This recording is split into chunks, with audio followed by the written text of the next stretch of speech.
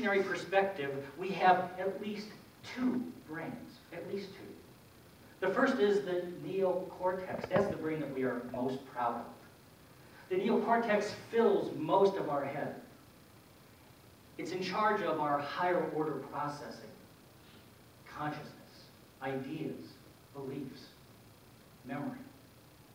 It's there, part of memory is there. It evolved a mere 40,000 years ago. It's a youngster. It's a youngster. The neocortex sits atop the second smaller brain,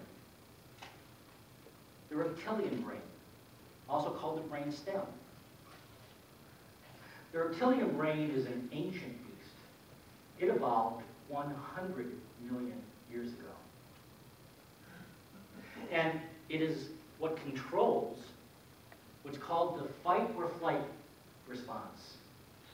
The fight or flight response is that reflexive action that precedes all conscious thought, that tells us either to run away very quickly or to stand and defend for our very survival.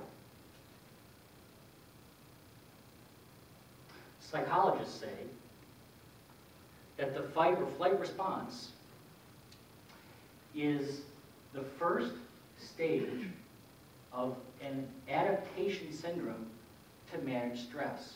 Huh? The first stage of an adaptation syndrome to manage stress. What's stress?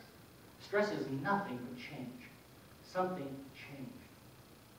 And we notice something changed with respect to ourselves. What this sounds like to me is the first stage of the evolution of self-awareness. Self-awareness. The concept that there is something out there that is other than me, that there is something else not me. And that something else that is not me, it might get me or it might not. It might be fearful or it might not. And what I believe, what came to me, is that this, in the reptilian brain, is the beginning of the ego. It's the seat of the ego. That beginning of self-awareness that there is something other than me.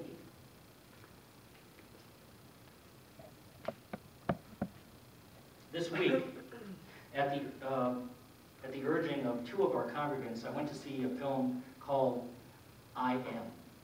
And I want to, I hope, not I hope, we will. As soon as it's released and we can purchase it at a reasonable cost, we're going to do that. And we're going to bring it here. We'll have a potluck and the movie following it. And then we'll discuss it. I think there are at least 3 people here that go, thumbs up, and everybody should see this. And I'm looking forward to seeing it a second time. Well, it's a nonfiction film. It's not a documentary per se, but it tells a story, and it involves scientists and psychologists and spiritual teachers.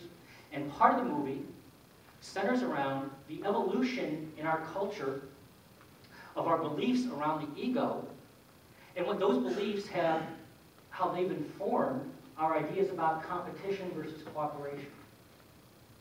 And one of the implicit questions in the film is this: why?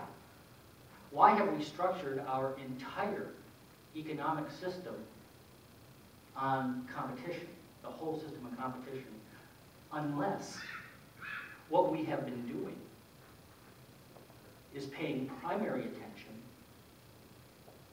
to our 100-million-year-old reptile, unless we've been paying primary attention to our ego. I think it's a very compelling premise. The film went on to show part of a study that was done.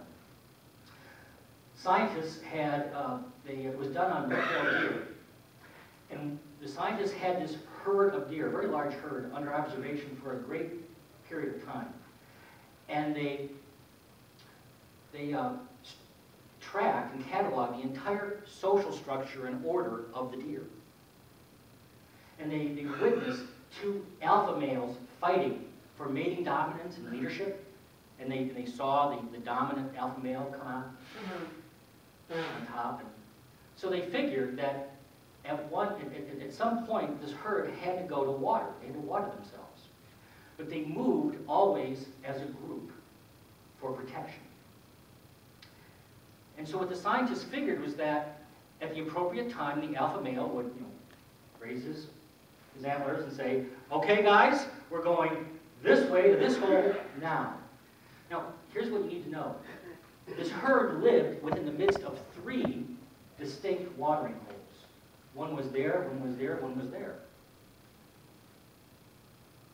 And when it was time to water, it wasn't what they anticipated. It wasn't the alpha male saying, let's go. This is what happened. The deer are grazing. That's what they do most of the time. So they're grazing, and the deer would look up and look in the direction of one of those 3 holes. Another deer would be grazing and look up in the direction of that hole. And this went on for some period of time. And it was essentially when the 51st deer looked up in the same direction as the prior 50, that is the moment that the deer moved to that hole at that time. They made the decision through majority consensus. They made it through cooperation. They made it when they knew that it was most advantageous in a collective consciousness to move to water at a particular hole. It's amazing. I mean, just you can think about that and take it down at least 3 levels, if not more. 3 levels of understanding of what is going on in that herd. And what a lot of our culture doesn't understand, they kind of miss 90% of what Darwin was, what he understood, what he learned. What Darwin was saying in The Survival of the Fittest was that it's not necessarily the individual best able to fight that is going to survive and flourish. It are the individuals that are best able to cooperate that are going to survive. It is cooperation that makes us fittest. And yet, so much of our social order is built around competition. If you hear me saying Dana's against competition, I'm not. There's a place, I think there's a season for everything, right? The Bible says so. There's a time for everything under heaven. It's a question in my mind, of emphasis, degree, balance. You see, we are hardwired for cooperation. It is in our DNA. And these scientific studies are proving this, demonstrating this over and over and over again. And yet, the reptilian brain, the ego, I submit, plays a very important role.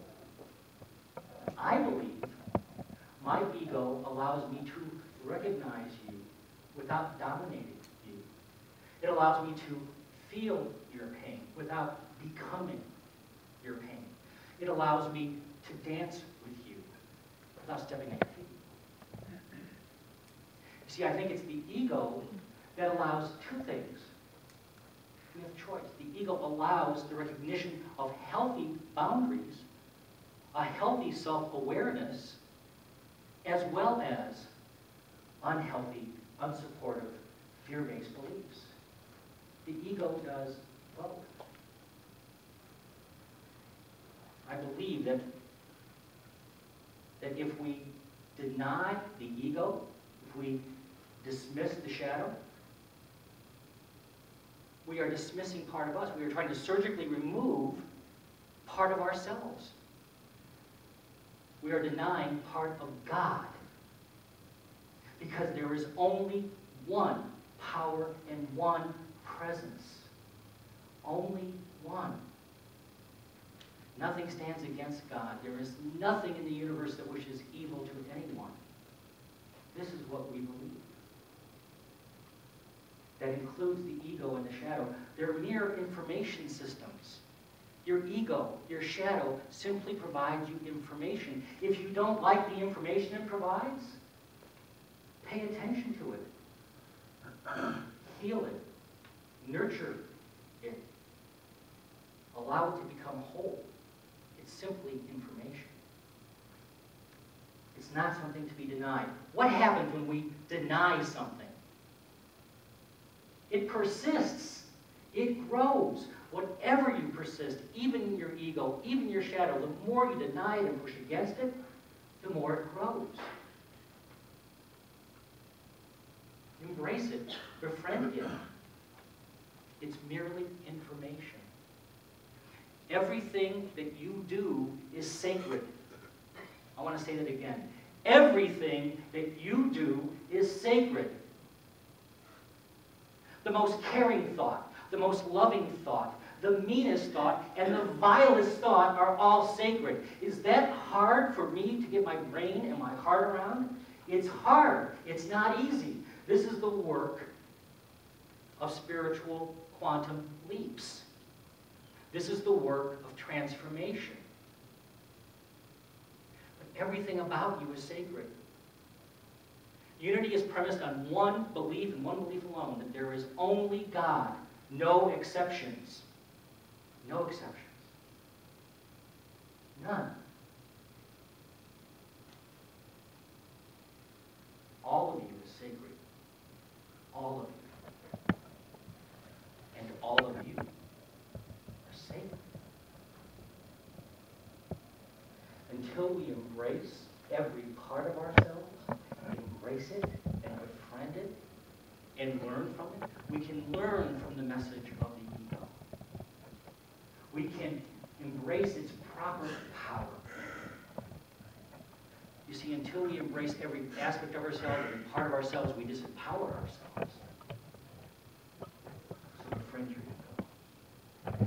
Hafiz, we have a poem for you that our readers are passing out. Hafiz wrote a poem called Now is the Time. And you're each going to get a copy of this. It speaks to today's message. And just in case anybody missed it, the message is there is nothing in the universe against you. Nothing. Not your ego, not your shadow, not anything else. It is all there to inform us. We simply learn we need to learn its message. Not to deny the message, not to run from it. Got it? Thank you. And I'd like us to read this now together. Does everyone have one? Please. Please join me. Now is the time to know that all you do is sacred. Now, why not consider a lasting truce with yourself and God? Now is the time to understand that all your ideas of right and wrong were just a child's training wheels to be laid aside when you can finally live with veracity and love. Hafiz is a divine envoy whom the Beloved has written a holy message upon.